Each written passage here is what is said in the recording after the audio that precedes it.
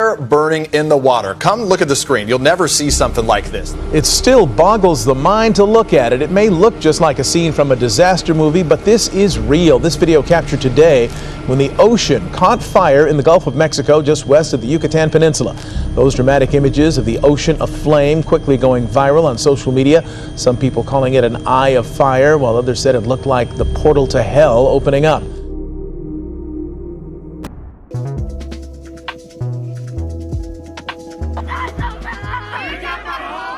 In 2021, democracy will be especially tested. There will be an abundance of elections, many postponed from 2020 by the pandemic. And in fragile democracies, autocratic leaders will use the excuse of COVID-19 to crack down on opposition.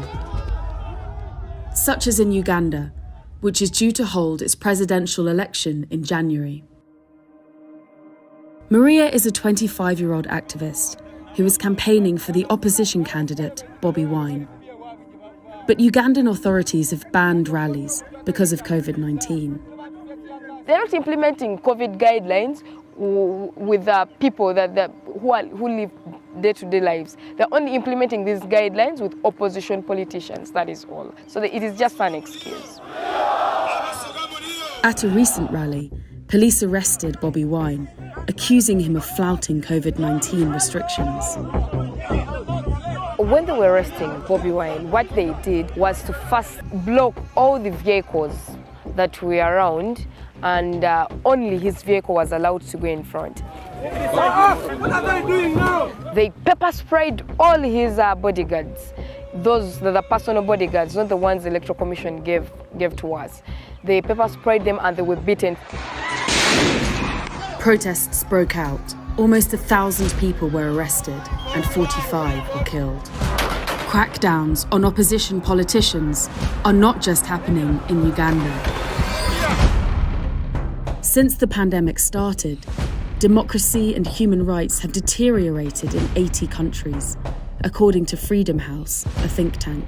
The largest number are in Africa. Uganda's president, Yoweri Museveni, has been in power for almost 35 years. In 2017, he changed the country's constitution to allow him to serve a 6th term. The pandemic has made it easier to block opposition and dissent. All we want is our freedom back. All we want is to change power, and so that power comes back to the people and the institutions that must protect the people. That is all we want. Maria can't even campaign on social media. Government rules brought in 2020 require many internet users to register with a regulator before they can publish anything online. Across the world, 91 countries have experienced new or increased restrictions on the news media as a result of the pandemic. A huge search and rescue operation is underway in Japan tonight after a landslide swept away an entire section of a city. The disaster was triggered by heavy rains and more than a dozen people are missing. Locals could hear it before they could see it. A wall of water and mud collecting everything in its way. Furniture, cars, entire homes swept up in its rage. Power poles exploding as they were torn from their foundations. This driver, while trying to avoid the initial trickle, unknowingly turns into the path of destruction. The landslide struck in the seaside city of Atami, 2 hours south of Tokyo. The concoction of debris and earth continuing to creep through the streets long after the moment of impact. At least 19 people are missing, with 10 homes destroyed. A search and rescue mission now underway. Those who are high enough to be safe left in disbelief, recording the extent of the devastation. The region had been battered by heavy rain for several days, causing widespread flooding and smaller landslips like this one, precursors to a force no one saw coming. Just describe for us what it was like. Well, thanks for having me. It was apocalyptic is really the only words I can use to describe it without exaggeration. Military aircraft have been mobilised to help evacuate towns and fight more than 130 wildfires tearing across Western Canada. There are 137 fires burning across BC. 69 of them were sparked in the last 2 days alone. The unprecedented heatwave and wildfires have left the country reeling and worried this will become the new normal. 2021 will be a tipping point for electric cars as more manufacturers roll out their electric range. Suddenly there's going to be a huge array of electric vehicles for people to choose from. In the autumn, the gas-guzzling SUV brand of General Motors, Hummer, will start production on all electric cars. And at the end of the year, Elon Musk's Tesla will launch its futuristic-looking Cybertruck. So I present to you the Cybertruck. The Cybertruck may not be to everyone's taste. I think that's significant because the American market, the real profits there are to be made on pickups. Tesla have come out with their own version of the pickup, the Cybertruck. The electric Hummer is trying to tap into that market. It's America's biggest and most profitable market. Investment in the electric revolution has surged. Over 250 firms are currently manufacturing electric vehicles, and 47 battery factories are under construction. Tesla, the market leader, has seen its share price surge. It's now so valuable, it's been added to the S&P 500, America's main stock market index, putting it in the same bracket as companies like Apple and Microsoft. Although all car sales dropped in 2020, in 2021 they are expected to pick up again, and sales of battery-powered vehicles are projected to grow rapidly over the next decade. 2021 is just the start. If more governments commit to future bans on the sale of petrol and diesel cars, the growth in the electric vehicle sector could accelerate even more.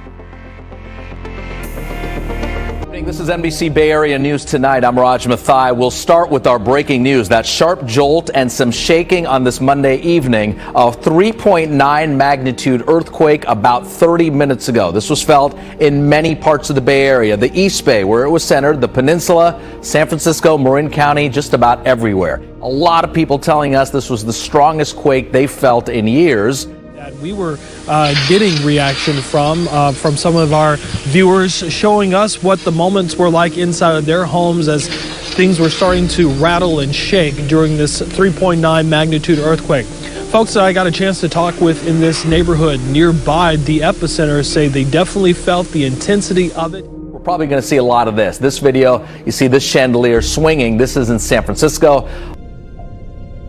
In November, all eyes will be on Glasgow, Scotland, as world leaders meet for the UN's Climate Change Summit. Known as COP26, it was originally scheduled for 2020, but postponed due to the pandemic. If it had gone ahead as planned, COP26 would have marked 5 years since the Paris Agreement. Built into the Paris Agreement was this ratchet mechanism that basically said governments need to, every 5 years, increase the promises to cut emissions. The Paris Agreement set a target of limiting global warming to between 1.5 and 2 degrees Celsius above pre-industrial temperatures. But experts predict that the pledges governments made in 2015 would not be enough to achieve this target. On Saturday, July 24, 2021, the German Research Center for Geosciences reported that an earthquake of magnitude 6.6 occurred near Batangas, Philippines. The quake hit at an intermediate depth of 130 kilometers beneath the epicenter near Balayan, Philippines, early morning at 4:48 a.m. local time. It was followed a few minutes later with a 5.8 magnitude quake in the same region that was also deep. Based on the preliminary seismic data, the quake was probably felt by many people in the area of the epicenter. The Philippine Seismological Agency said it did not expect significant damage, other than objects falling from shelves, broken windows, etc. Some residents in the capital region were awakened by the quake, which lasted nearly a minute. Fortunately, there was no tsunami warning or threat, according to the U.S. Tsunami Warning System.